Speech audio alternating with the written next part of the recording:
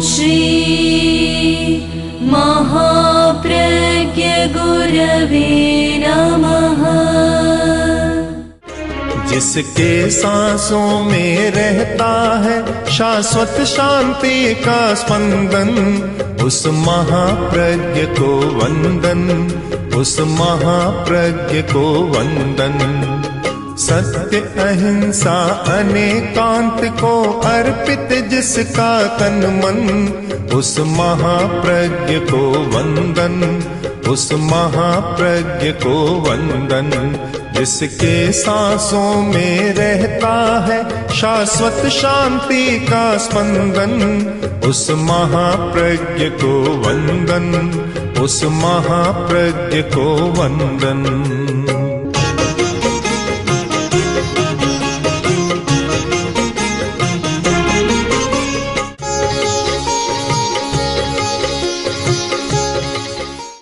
कोई भी वस्तु पदार्थ जो दुनिया में विद्यमान है, हमें दिखाई देता है, हमारे काम आता है, ऐसा पदार्थ या ऐसी वस्तु बताओ जो उपभोग से पहले और उपभोग के बाद भी सुख दे। बड़ा प्रश्न है, सब लोग चिंतन करें। जैसे किसी ने मिठाई खाई, किसी ने नमकीन खाया, तो खाते समय एक स्वाद होता है, एक सुखानुभूति होती है। वह उससे पहले भी होती है क्या, या उसके बाद में भी होती है क्या? कोई भी ऐसी वस्तु खोजकर कोई बता दे कि उपभोग की कोई भी वस्तु है, वह काम में लेने से पहले भी सुख देती है और काम में लेने के बाद भी सुख देती है। ऐसी कोई वस्तु हो तो बताओ। कोई उत्तर नहीं दे सका, बता नहीं सका। हमारे सामने जो वस्तु है उसके 4 रूप 5 रूप बनते हैं। शब्द, रूप, रस, गंध और स्पर्श। हम शब्द को लें, आदमी शब्द सुनता है, उस समय चाहे उसको अच्छा बोध होता है चाहे बुरा बोध होता है, चाहे अच्छा लगता है चाहे बुरा लगता है, कोई कुछ भी हो, शब्द श्रवण काल में होता है। सुनने से पहले भी कुछ नहीं होता और सुनने के बाद भी कुछ नहीं होता। केवल श्रवण काल वर्तमान के क्षण में जब आदमी शब्द सुनता है तब उसका उस पर कोई प्रभाव होता है। रूप को ले, देखता है किसी वस्तु को, तो देखते समय एक सुखानुभूति या दुखानुभूति दोनों हो सकती है, होती है, पहले पीछे कुछ भी नहीं। 5 इंद्रियों का विषय और हमारा सारा जगत, सारी सृष्टि, यह शब्दात्मक, रूपात्मक, गंधात्मक इनके युक्त है और उन्हीं का हमें ज्ञान और संवेदन होता है। खाने की वस्तु को लें, जिस क्षण आदमी खाता है उस समय स्वाद या सुखानुभूति होती है। खाने के बाद, जैसे एक राजस्थानी में कहावत चलती है कि उतर्यो घाटी रुओ माटी, गले से उतरा और फिर माटी हो गया, फिर कोई स्वाद नहीं रहता। चाहे जलेबी खाओ, घेवर खाओ, रसगुल्ला खाओ, कुछ भी खाओ, उसका स्वाद खाते समय होता है या पहले और बाद में भी होता है? पहले होता है क्या स्वाद? नहीं होता। और खाने के बाद में भी नहीं होता, केवल वर्तमान क्षण में होता है। इस आधार पर एक निष्कर्ष निकाला कि नोपभोगात् परं किंचित। महाभारत में भी इस पर चर्चा हुई है और ये महाभारत का एक सूक्त है कि नोपभोगात् परं किंचित, उपभोग के बाद कुछ भी नहीं। जब उपभोग का क्षण है वह तृप्ति का, सुख का क्षण हो सकता है, किंतु उपभोग के बाद कुछ भी नहीं। आप हर वस्तु पर स्वयं विचार कर लें। पदार्थ को ले लें, वस्तु को ले लें, व्यक्ति को ले लें, कुछ भी लें, उपभोग के क्षण में सुख होता है, बाद में नहीं होता। इसका मतलब कि हमारा सुख का क्षण बहुत छोटा हो गया। सुख का क्षण बहुत छोटा है, बड़ा नहीं है। तो फिर एक नया प्रश्न आया कि फिर खोज करो कि ऐसा कौन सा सुख है जो त्रैकालिक बने। अतीत के क्षणों में भी सुख था, वर्तमान में भी सुख है और भविष्य में भी सुख होगा। ऐसा कौन सा तत्व है जो तीन काल में व्यक्ति को सुख दे सके। यह खोज अध्यात्म की खोज, पदार्थ से हटकर, पदार्थ से ऊपर जाकर और एक नई खोज शुरू हुई कि त्रैकालिक सुख चाहिए। इसे उत्तराध्ययन सूत्र में अत्यंत सुही, अत्यंत सुख कहा है। एकांतिक सुख, अत्यंत सुख, यानी अत्यंत सुख वह है जहाँ काल की सीमा समाप्त है, काल नहीं होता। वह अतीत में भी रहा, वर्तमान में भी है और भविष्य में भी रहेगा। वह है अत्यंत सुख। वीतराग का जो सुख है वह अत्यंत सुख होता है। रागी आदमी का सुख अत्यंत नहीं होता, वीतराग का सुख अत्यंत होता है। तो वीतराग, अब वीतराग व्यक्ति जो सुख का अनुभव करता है वह पदार्थ आधारित नहीं है, वह आत्मा से उत्पन्न सुख है। हमारे सुख के भी दो नाम हो गए, एक पदार्थ जनित सुख यानी भौतिक सुख, पौद्गलिक सुख, और एक आत्मिक सुख जो आत्मा से उपजने वाला, अपने स्वभाव में रमण करने से होने वाला सुख, वह आत्यंतिक सुख हो सकता है, त्रैकालिक हो सकता है।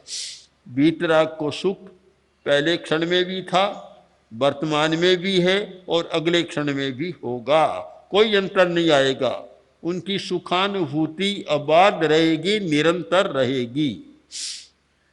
किंतु पदार्थ से होने वाला सुख है वह कभी त्रैकालिक हो नहीं सकता। यह एक ऐसा दृष्टिकोण है जो पदार्थ के प्रकृति को समझने का भी मौका मिलता है और इससे अपने आप को समझने का भी मौका मिलता है। अगर कोई व्यक्ति शाश्वत सुख चाहता है कि शाश्वत का अर्थ है निरंतर, प्रवाह चलता रहे, निरंतर रहे, वह होता है शाश्वत। जो निरंतर चलता रहे, कहीं भी बीच में कोई बाधा न आए, कोई व्यवधान न आए, कोई अंतराल न आए और कोई छिन्न न कर सके, वैसा सुख वीतराग का हो सकता है। इसीलिए ये कहा गया, नहीं ए वो सुख सुर इंद्रा ने नहीं चक्री वर राया। जो वीतराग का सुख है ऐसा न तो इंद्र को होता है, न चक्रवर्ती को होता है, न देवता को होता है। कारण इंद्र को तो भूत प्राप्त है, क्यों नहीं होता? चक्रवर्ती को क्यों नहीं होता और देवता को क्यों नहीं होता? कहा जाता है देवानम मनसाणम। देवता तो जो मन में इच्छा करता है तत्काल वस्तु पैदा हो जाती है, फिर उनको क्यों नहीं होता? कारण वही है कि सब पदार्थ सापेक्ष सुख है। पदार्थ से होने वाला, वस्तु से होने वाला सुख सुखानुभूति है और वह शाश्वत नहीं हो सकती, अमर नहीं हो सकती। वह हमेशा मरण धर्म होगी, नष्ट हो जाएगी, अमर हो नहीं सकती, क्योंकि पदार्थ सापेक्ष है और पदार्थ की प्रकृति है कि प्रारंभ में तो सुख, उपभोग काल में भी प्रारंभ में थोड़ा सुख देता है, मध्य में थोड़ा कम होता है और अंत में तो छिलका रह जाता है। एक कोई छोटा बच्चा है चाहे बड़ा आदमी है, ईख को चूसना शुरू किया, ईख का कंडा और ईख के कंडे को चूसना शुरू किया। प्रारंभ में बहुत मिठास आती है, थोड़े समय बाद मिठास कम हो जाती है और थोड़े समय के बाद चूसने के बाद छिलका रहता है, मिठास पूरी समाप्त हो जाती है। यह है हमारे पदार्थ की प्रकृति कि प्रारंभ में अच्छा लगता है, मध्यकाल में नीरसता आ जाती है और अंतकाल में कोरा छिलका। किसी स्त्री ने अपना दुखड़ा गाया था इसी भाषा में कि क्या हो गया देखो, 10 बरस तक तो मैं चंद्रमुखी रही, चंद्रमुखी, और 10 वर्ष के बाद सूर्यमुखी बन गई और अब तो केवल अग्निमुखी बची हूं, बस और कुछ नहीं बचा है सारा। यह परिवर्तन क्यों आया कि जैसे जैसे हर वस्तु का भोग होता है वैसे वैसे उसका रस सूखता चला जाता है, नीरसता आती चली जाती है, रस समाप्त होता चला जाता है। यह सुख कभी शाश्वत सुख नहीं है। अगर यह ही शाश्वत होता तो शायद धर्म की, अध्यात्म की खोज करने की आवश्यकता भी नहीं होती। मनुष्य ने धर्म की खोज क्यों की, अध्यात्म की खोज क्यों की? क्योंकि सारा जीवन तो चलता है पदार्थ के द्वारा, फिर अपदार्थ की खोज क्यों? धर्म एक अपदार्थ है, पदार्थ से परे की बात है। धर्म भीतर की बात है, बाहर से परे की बात है। तो फिर उसकी खोज क्यों की? इसीलिए की कि पदार्थ मनुष्य को आत्यंतिक तृप्ति नहीं दे सका। आत्यंतिक तृप्ति, तृप्ति तो होती है पर आत्यंतिक यानी निरंतर तृप्ति नहीं दे सका। मैंने स्वयं अनुभव किया कि बहुत वर्ष पहले की बात, गर्मी का मौसम था, हम लोग लाडनू में जेठमल जी चौरड़िया की महफिल में, जो कांच की महफिल है, ठहरे हुए थे। भोजन कर लिया। भोजन के बाद एक संत आए और एक प्याला पानी लेकर आए। 1 घंटा बाद पानी पीते हैं भोजन के बाद लगभग, तो 1 घंटा बाद पानी पिया तो भोजन तो किया हुआ था, प्यास भी गहरी लगी हुई थी। पानी पिया, बहुत मीठा लगा पानी। थोड़ा आधा घंटा बाद फिर पानी लेकर आए, पिया तो ठीक अच्छा लगा। तीसरी बार पानी पिया तो पानी फीका लगने लग गया। मैंने संतों से पूछा कि पानी वही है कि दूसरा लायो? कि नहीं, पानी तो वही है। तो फिर मैंने सोचा ये अंतर क्यों आया? पहली बार जो मिठास थी वह दूसरी बार नहीं रही, और दूसरी बार मिठास थी, तीसरी बार में तो फीका लगने लग गया, मिठास सारी गायब है। क्या हुआ ये? क्या हुआ? तब मैंने सोचा यही है पदार्थ की प्रकृति, कि प्रारंभ में जो मिठास है वह मध्य में नहीं रहती और मध्य में वह अंत में तो रहती नहीं है, बहुत कठिन हो जाती है। इस सारी सच्चाई पर अध्यात्म के आचार्यों ने बहुत ध्यान दिया और तब इस निष्कर्ष पर पहुंचे कि पदार्थ सुख दे सकता है पर आत्यंतिक सुख नहीं दे सकता। पदार्थ सुख दे सकता है पर त्रैकालिक सुख नहीं दे सकता। पदार्थ सुख दे सकता है किंतु परिणाम में दुख भी देता है। ये 3 बातें हमारे सामने आ गई। परिणाम में दुख देता है। आत्यंतिक सुख वह होता है जो प्रवृत्ति काल में भी सुख देता है और परिणाम काल में भी सुख देता है। एक व्यक्ति ने भोजन किया और इतना ज्यादा खा लिया, बढ़िया था भोजन, स्वादिष्ट था, इतना ज्यादा खा लिया, कब खाने के बाद लेटा तड़पने लग गया, अफारा आ गया, आंतें कसने लगी, तड़पने लग गया। किसी चिकित्सक को बुलाया, उसने देखा, देखकर कहा कि भाई लगता है तुमने ज्यादा खा लिया इसलिए ये पेट समा नहीं रहा है, अफवारा आ रहा है और घंटा 2 घंटा बाद ठीक हो जाएगा। भोजन काल में तो अच्छा रस आया, स्वाद लगा, सुखानुभूति हुई।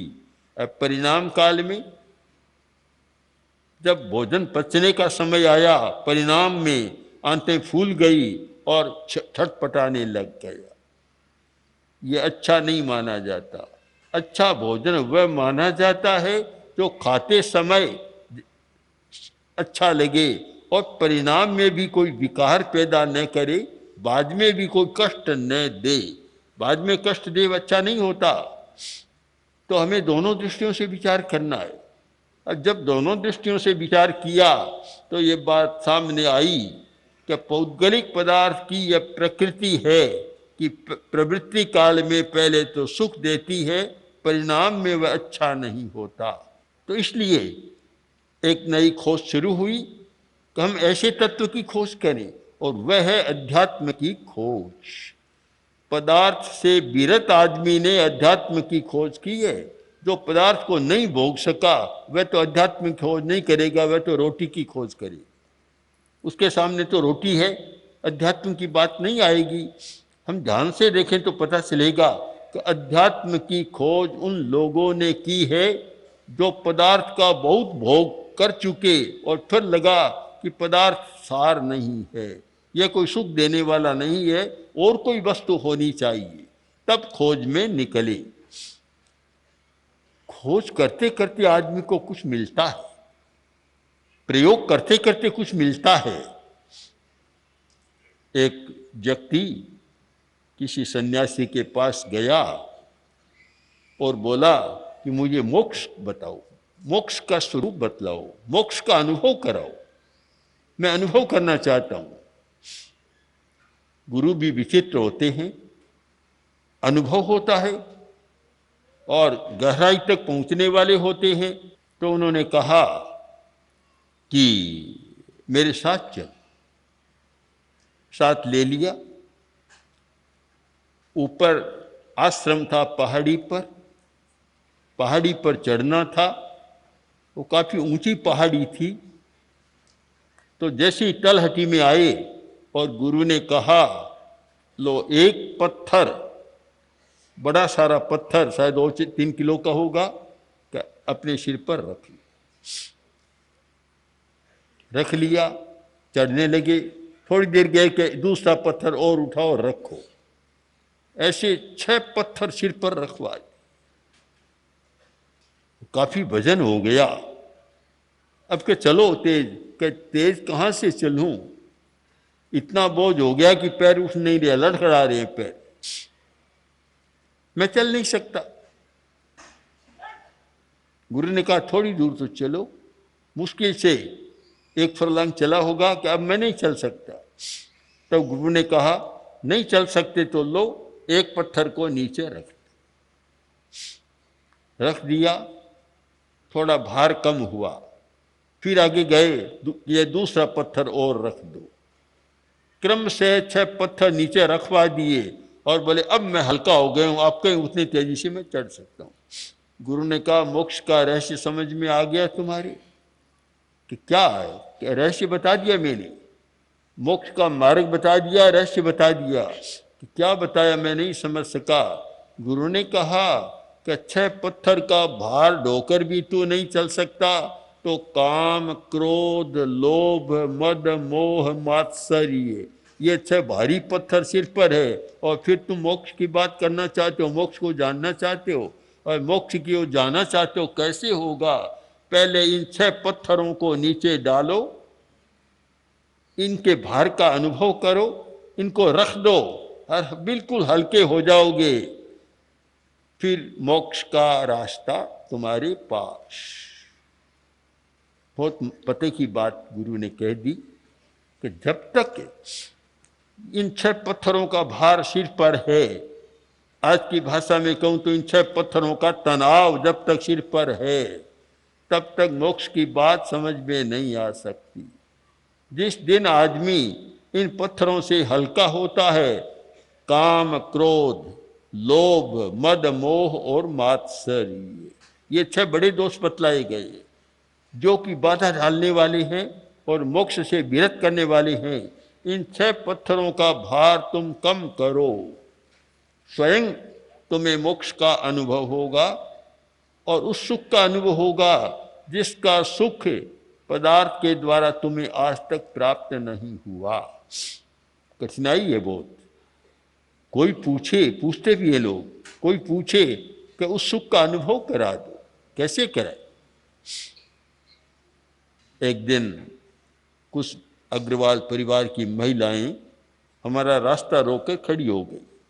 हम लोग नौहर में थे, राजस्थान का कस्बा अच्छा नौहर, आगे खड़ी हो गई।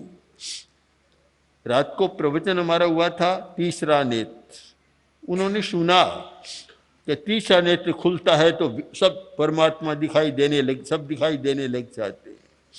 तो रास्ता रोक कर खड़ी हो गई। हमने सोचा क्या बात है, आजकल घेराव का तो जमाना है, कोई भी कर सकता है, तो क्या बात है, क्यों घेराव कर रही है। बिल्कुल ऐसे रास्ता रोक लिया, चारों तरफ खड़ी हो गई। तो मैंने कहा बहन जी क्या बात है, क्यों खड़ी हो ऐसे। बोले नहीं, हम आपको जाने नहीं देंगे जब तक आप हमारा काम नहीं करेंगे। क्या हुआ, बोलो क्या काम है।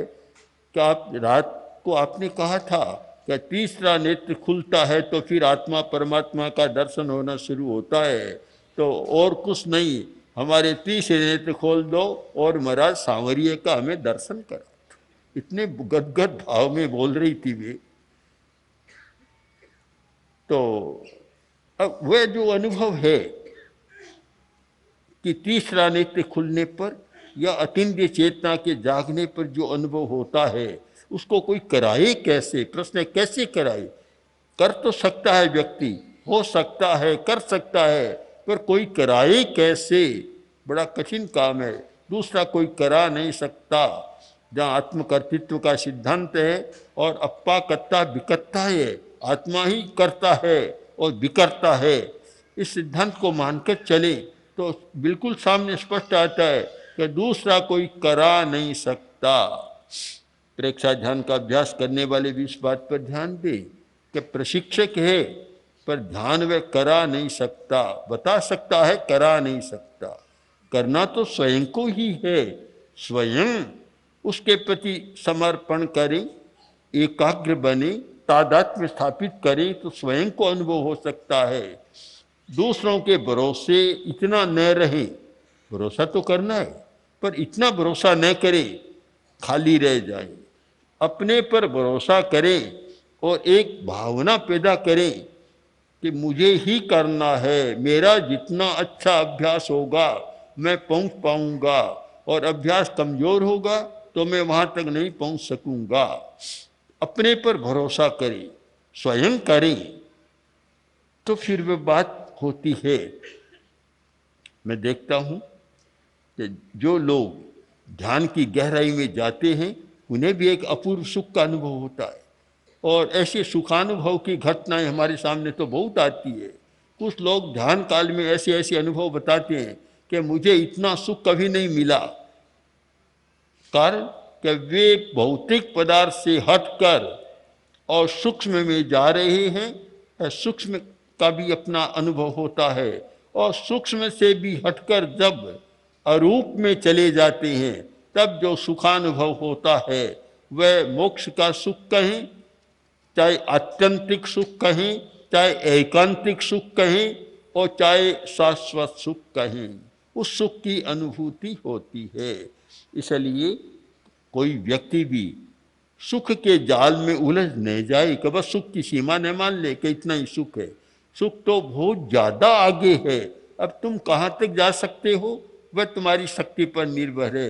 रास्ता तो बहुत आगे जाता है, सुख का रास्ता भी बहुत आगे है। कहाँ तक पहुँच सको इसका निर्णय तुम स्वयं करो और स्वयं उस पर देखो, चलकर देखो कि कहाँ तक पहुँच सकोगे। इसलिए हम रुके नहीं, निरंतर खोज करते रहें, और जो व्यक्ति खोज करता है एक दिन पहुंच जाता है। जिन खोजा तिन पाइया गहरे पानी पेट। ओम ओम श्री महाप्रज्ञ गुरवे नमः। ओम श्री महाप्रज्ञ गुरवे